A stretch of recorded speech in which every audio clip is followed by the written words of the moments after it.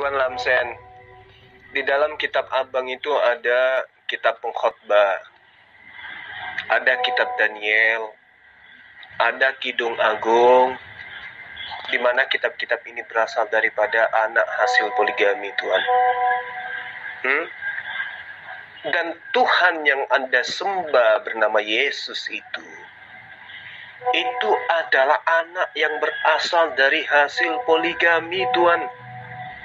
Andai saja Daud tidak beristri sampai ratusan, maka Yesus tidak akan pernah ada dan tidak akan pernah Anda tuhankan. Anda harus tahu, Ibunda Maria itu berasal dari istri keempatnya Daud. Anda harus tahu, kitab Daniel itu, kitab pengkhotbah itu adalah catatan-catatan anak dari istri keduanya Daud.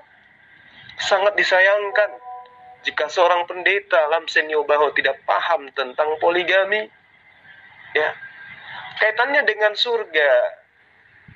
Anda belajar dulu seperti apa Allah berfirman kepada Rasulullah Muhammad SAW berdasarkan Al-Quran, berdasarkan kultur, berdasarkan budaya, berdasarkan letak geografis, berdasarkan dengan adat istiadat bangsa jahiliyah pada kala itu. Bagaimana bangsa Arab pra-Islam? Mereka melakukan seks bebas, mereka mempertontonkan persinahan secara bebas, mereka melakukan hal-hal yang jahiliyah secara bebas. Kemudian Allah datang pada Rasulullah Muhammad SAW untuk memberhentikan kebiasaan mereka. Allah memberikan janji, berhentilah melakukan persinahan, berhentilah melakukan pencabulan, berhentilah melakukan hal-hal yang tidak yang tidak boleh dilakukan antara seorang yang bukan muhrimnya dengan yang bukan muhrimnya. Dengan cara apa? Dengan Allah memberikan janji. Surga itu, kenikmatan surga itu hanya penggambaran yang sangat-sangat kecil dibandingkan kenikmatan yang Allah janjikan kepada manusia yang taat kepadanya. Itu yang pendeta harus paham dengan baik. Jadi ketika orang pra-Islam itu mereka seks bebas, kemudian Allah mengatakan berhenti melakukan itu. Kejarlah surga Allah, karena di sana kamu sudah disiapkan bidadari-bidadari. Ya, di dalam kitab Anda juga dikatakan bahwa Yesus itu disambut dengan 10 perempuan dan dikatakan dia ada melakukan perjamuan pernikahan. Apa itu masih kurang? Lalu kemudian kalau Anda mengatakan di sana ada persetubuhan, lah, memang Tuan Lamsen pikir ketika Tuan Lamsen di hari kebangkitan itu Tuhan sudah tidak punya kemaluan. Anda ingin mengatakan ciptaan Allah yang telah diciptakan begitu sempurna kembali ke hadapan Allah dalam keadaan cacat gitu. Anda ingin mengatakan Tuan Lamsen kembali di hari kebangkitan tanpa kelamin. Berarti Anda cacat dong. Tuan Lamsen, saran saya belajar lagi Tuan. Seorang pendeta nggak boleh banyak menipu jemaat, ya. Nah, itulah pintarnya kamu itu memelintir ajaran Alkitab itu. Daud berdosa, Adam berdosa. Bukan itu diridhoi Allah, diridhoi oleh Tuhannya Alkitab, bukan. Betul. Yesus itu adalah keturunan Daud yang berzina. Saya tidak sangkal itu, memang saya terima itu. Karena memang Alkitab mengatakan tidak ada satupun manusia yang tidak berdosa. Termasuk Daud. Termasuk Abraham. Semua berdosa, tidak ada yang berdosa. Alkitab menunjukkan semua kelakuan-kelakuan manusia yang berdosa itu. Tapi Tuhan menunjukkan kasih. Dan hukumnya tetap kokoh di situ. Itulah yang dilanggar. Itulah yang menjadi masalah. Menjadi perkara yang dipermasalahkan dalam Alkitab. Jadi kelakuan-kelakuan manusia ini yang melanggar perintah Tuhan, itulah yang dikisahkan oleh Alkitab, ditunjuk oleh Alkitab. Itu yang jadi masalah. Bukan diridhoi Allah, bukan diridhoi Tuhan. Pelanggaran-pelanggaran itu bukan diridhoi itu. Tapi itulah yang diperbaiki oleh Tuhan. Kelakuan-kelakuan manusia itu. Makanya dikatakan dalam Alkitab, segala tulisan yang tercatat di Alkitab itu bermanfaat untuk memperbaiki kelakuan, memperbaiki moral, menjadi guru pengajaran bagi orang-orang yang bertakwa, bagi orang-orang yang di dalam kebenaran. Lah itu. Jadi bukan untuk mengajarkan itu, tapi menunjukkan. Itu bedanya dengan Al-Quran. Kalau Al-Quran memang diridhoi Allah. Muhammad menikah banyak. Semua orang diridhoi. Kalau di Al-Quran kan nggak ada yang diridhoi. Cuma diterima oleh Allah, diterima oleh Tuhan. Seperti Abraham misalnya, tetap diterima. Tetap berlanjut. Supaya bisa menunjukkan betapa indahnya kasih itu, betapa buruknya dosa itu. Jadi Pendeta Lamsen sudah mengakui bahwa Yesus itu adalah keturunan pezina gitu maksudnya? Ya memang itulah ajaran Alkitab. Jadi Yesus itu keturunan orang-orang berdosa. Tidak ada manusia yang tidak berdosa di dunia ini. Dari dulu sampai sekarang. Dan itulah yang dikerjakan oleh Yesus. Itulah tujuan Yesus dalam dunia ini. Untuk melepaskan manusia dari dosa-dosa itu. Ya saya akuilah bahwa Yesus itu adalah dilahirkan oleh orang-orang berdosa. Keturunan dari orang-orang berdosa. Tapi dia itu anak dari Tuhan. Bukan asli manusia, dia bukan. Keajaiban dia itu. Dia bukan manusia 100% bukan. Maksud saya bukan bahan-bahan dari manusia dia. Bahan bakunya dari surga. Ya, sebagian dari surga, sebagian dari bumi ini memang. Yaitu dari rahimnya si Maria. Jadi dia itu dari keturunan Daud yang pernah berzina. Tuan Lamsen, kalau ingin mengetahui tentang Islam, lihat kitabnya. Ingin mengetahui tentang surga, baca Al-Quran. Demikian juga, kalau Anda merasa surga Islam itu adalah tempat yang keji, baca kitab Abang. Matius 21 ayat 31. Kata Yesus kepada mereka, aku berkata kepadamu, sesungguhnya perempuan-perempuan sundal akan mendahului kamu masuk ke dalam kerajaan Allah. Ya, ini yang membuat pendeta iri terhadap surganya umat Islam. Karena surganya umat Islam itu dipenuhi oleh bidadari. Sementara surganya Kristen dipenuhi oleh pesundal-pesundal. Ini dalil loh, dalil. Lalu kemudian dalam Matius 25 ayat 8. Di surganya Kristen itu ada gadis-gadis bodoh. Ya, yang kekurangan minyak. Di surganya Islam adanya adalah bidadari-bidadari. Inilah yang membuat Tuan Lamsen iri terhadap surganya umat Islam. Lalu kemudian di dalam surganya umat Islam, orang hidup layaknya di muka bumi. Bersosialisasi, punya keluarga, punya tetangga, punya kerabat, hidup layaknya di bumi. Hanya saja di sana tidak ada lagi iri, tidak ada lagi dengki, tidak ada lagi marah, tidak ada lagi saling bunuh-bunuhan, nggak ada lagi. Tetapi di surganya Kristen tidak ada yang seperti itu. Yang ada di surganya Kristen berdasarkan kitabnya Kristen, Wahyu 12 ayat 7, ada peperangan antara malaikat dengan ular naga. Ini yang membuat Tuan Lamsen cemburu dengan surganya umat Islam. Ya, belum lagi di Wahyu 7 ayat 4 dijelaskan di dalam kitab ini hanya 144.000 orang yang masuk ke dalam surga. Itu pun dari suku Israel. Jadi Kristen tidak tahu mau kemana dia.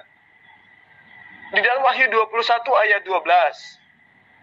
Tembok besar lagi tinggi dan pintu gerbang 12 buah. Dan di atas pintu-pintu gerbang itu ada 12 malaikat. Dan di atasnya tertulis nama ke-12 suku Israel. Nama suku Batak nggak ada. Nggak ada Pak di situ. Ini yang membuat Tuan Lamsen itu sakit hati terhadap surganya umat Islam. Ya. Lalu kemudian di dalam Wahyu 21 ayat 16. Di situ nyata dikatakan surganya Kristen berbentuk segi empat. panjang dan lebarnya sama. Maka malaikat itu mengukur surga itu dengan tongkat pengukurnya, dan ternyata panjangnya hanya 24.000 mil, lebarnya sama dengan tingginya. Ini yang membuat Tuan Lamsen sakit hati terhadap surganya umat Islam. Karena berdasarkan Wahyu 21 ayat 16, di situ setelah diukur panjangnya hanya kira-kira 80.000 kilometer. 81.000 kilometer ya, kira-kira seperti itulah. Jadi surganya sangat sempit. Wajar kemudian ketika orang Kristen itu, Tuan Lamsen itu cemburu dengan surganya umat Islam. Aku bilang kamu itu bodoh, tidak bodoh. Pintar, sangat pintar, luar biasa. Pintar untuk memelintir. Jadi orang Sundal yang bilang ke surga itu orang Sundal yang bagaimana, Jul? Kamu itu terlalu banyak menipu orang-orang Islam, menjelekkan ajaran Alkitab itu. Kamu pelintir itu. Ya. Jadi maksudnya bukan orang-orang Sundal dulu ke surga sana yang tidak bertobat itu. Aduh, saya memang, kalau saya bukan Kristen, aduh, saya menangis kalau kamu berkhotbah seperti itu. Menangis saya, Jul. Kenapa Tuhan biarkan Jul ini hidup seperti itu? Pikir saya. Dia pintar, tapi mau melintir. Saya salut dengan kamu itu, Jul. Iblis menggunakan kepintaranmu itu untuk memelintir ajaran Alkitab. Mana ada orang Sundal masuk surga, Jul? Ada. Ya, coba Anda terangkan kepada saya. Para pesundal yang lebih duluan masuk dalam surga daripada orang Kristen itu yang mana? Coba. Kategorinya pesundal yang kayak mana? Tunjuk dalilnya yang menerangkan itu, silakan.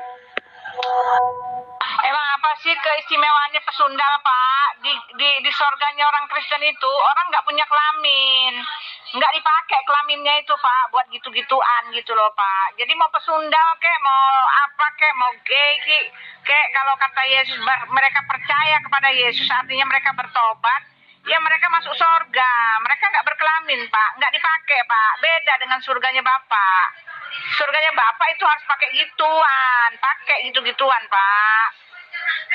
Gitu loh. Jadi nggak ada gunanya. Kalau baca Alkitab itu jangan diseleweng-selewengkan.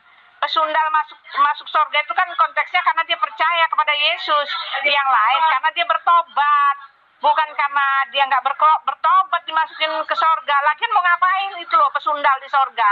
Nggak kepake, Pak. Otaknya dipakai kenapa? Tuhan sudah tidak punya kemaluan.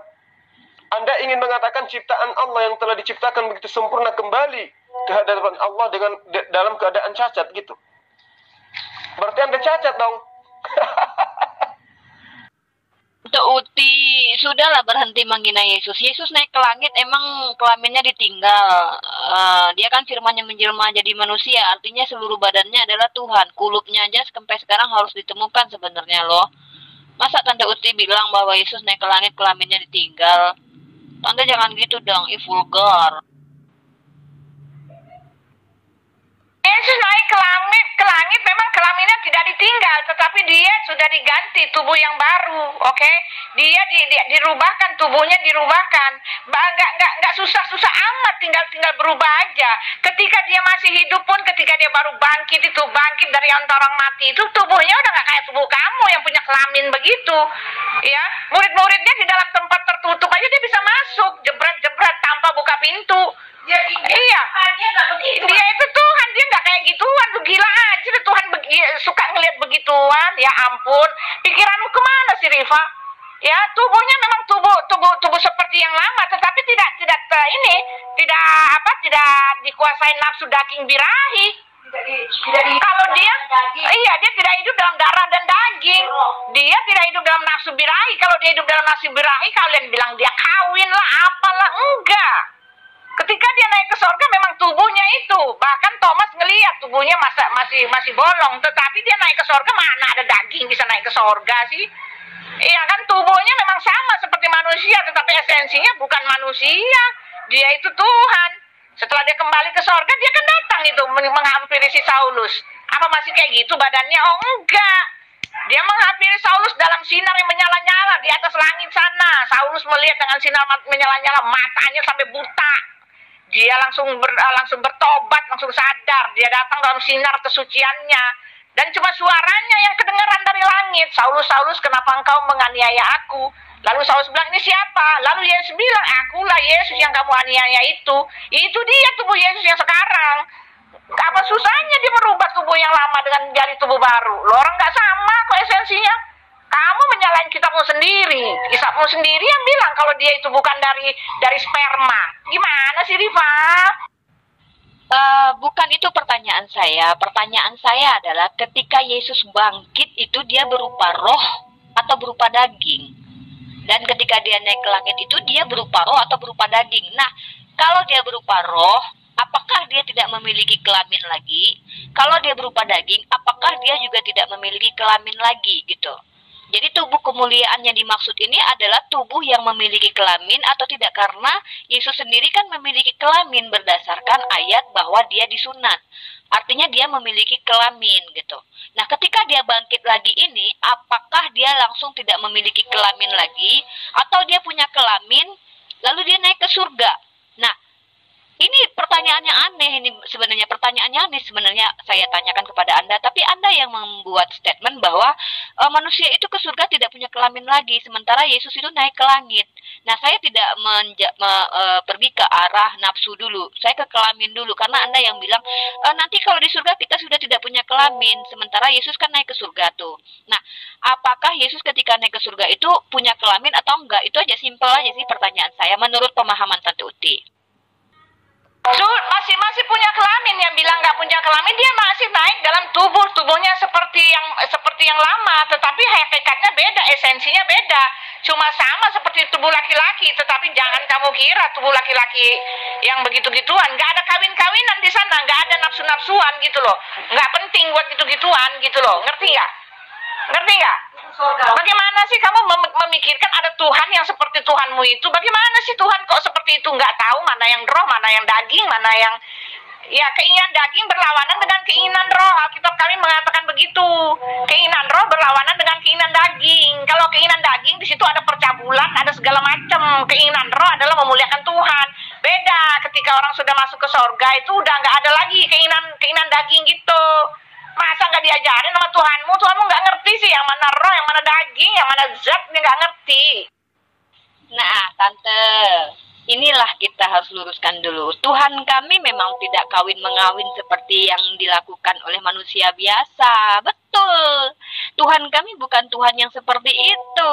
Masalahnya kan Tuhan Tante kan bukan Tuhan saya. Apa yang Tante sembah kan bukan yang saya sembah. Saya mengimani Yesus sebagai manusia biasa. Karena pada dasarnya kalian juga menganggap begitu kok. Buktinya kalian percaya bahwa dia 100% manusia. Ketika dia ketakutan, kalian percaya bahwa dia melakukan perbuatan kemanusiaannya. Ketika dia marah, emosi kepada muridnya, bahkan dia takut, kabur ketika hendak ditangkap, kalian percaya bahwa dia 100% manusia. Nah, lalu kenapa kalian menolak ketika dia dikatakan memiliki nafsu? Karena dia sendiri memiliki nafsu makan dengan menginginkan ikan goreng. Dan itu bukan cuma di dunia, bahkan di surga kata dia akan makan-makan bersama Ibrahim dan Nabi yang lain. Lalu bagaimana Tante menyimpulkan ayat-ayat ini bahwa Yesus itu tidak memiliki nafsu? Hanya karena tidak terdeteksi kehidupannya selama dia hidup mulai dari dia kecil hingga ke umur 30 tahun. Kan yang kalian ketahui hanya umurnya di 30 tahun ke atas. Apa yang dia lakukan sebelumnya kan kalian tidak paham. Sementara itu, para ahli-ahli di luar sana sudah menyelidiki pernikahan Yesus dengan Maria Magdalena walaupun kalian tolak. Ya tidak masalah sih. Hanya saja itu harus jadi perbandingan juga buat kalian, Tante. Riva, kamu bisa pikirkan lah, masa di sorga orang kerjanya cuma begituan? 1 kali 24 jam, 24 jam kali 30 hari, 30 hari kali 160 hari, 160 hari kali lagi berapa tahun berkekal kekarya cuma begituan. Lu gila, itu manusia bukan? Gitu loh. Pakai otakmu, bro. 24 jam manusia bukan, itu sorga bukan yang kayak gituan. Ya ilallah. Dan itu juga buat laki-laki. Buat kamu nggak ada bagiannya. Kamu cari di mana itu, mana bagian buat kamu. Kamu bilang dia menjadi bidadara sorga. Oh tidak, kamu tidak ada catatan bahwa kamu akan menjadi bidadarinya. Tidak ada catatan buat perempuan, oke? Gila kamu otaknya, ya ilallah. Siapa bilang cuman itu saja pekerjaan umat manusia di surga nanti? Itu persepsi kalian saja, karena kalian memang mencari-cari kesalahan Islam. Tidak ada pernyataan bahwa itu saja pekerjaan manusia, tetapi kenikmatan itu ada di surga. Jadi begitu. Di dalam Al-Quran bahkan tidak tertera 72 bidadari, tidak ada tertera 72 bidadari. Yang ada adalah semua orang-orang yang beriman akan mendapatkan kenikmatan yang sama seperti kenikmatan yang ada di dunia, dan mereka akan mendapatkan sesuai dengan perbuatannya. Itu ada di dalam surah Al-Waqiah. Nah, masalahnya adalah kami umat Islam ini ketika dibangkitkan nanti dan ketika kami memang layak masuk ke dalam surga, kami berkumpul dengan orang-orang yang kami cintai. Lalu, ketika saya bertemu dengan suami saya, apakah berdosa ketika saya berhubungan dengan suami saya? Apa masalahnya? Tidak ada masalahnya. Toh memang dari awal Adam dan Hawa diciptakan memang untuk berhubungan badan, kan? Nah, lalu yang anehnya tante katakan, di surga tante tidak ada orang yang berkelamin, sementara Yesus naik ke surga berkelamin. Dia tante imani sebagai 100% manusia, dan di ayat tante Matius 19:29 dinyatakan, barang siapa yang meninggalkan barang siapa yang meninggalkan keluarganya demi nama Yesus, maka akan mendapatkan apa yang ditinggalkannya 100 kali lipat, termasuk istri. Loh, gimana tuh? Di surga tante juga ada masalah makan dan makan. Bagaimana mungkin roh makan, tante? Apa roh butuh makan sehingga Ibrahim dan nabi-nabi yang lainnya duduk semeja makan? Hah? Apakah mereka itu roh butuh makan? Coba bayangkan. Mana mungkin roh butuh makan? Daging yang butuh makan. Sementara nabi-nabi itu makan di kerajaan surga. Apa mau mentafsir ayat ini lagi bahwa itu adalah makan rohani?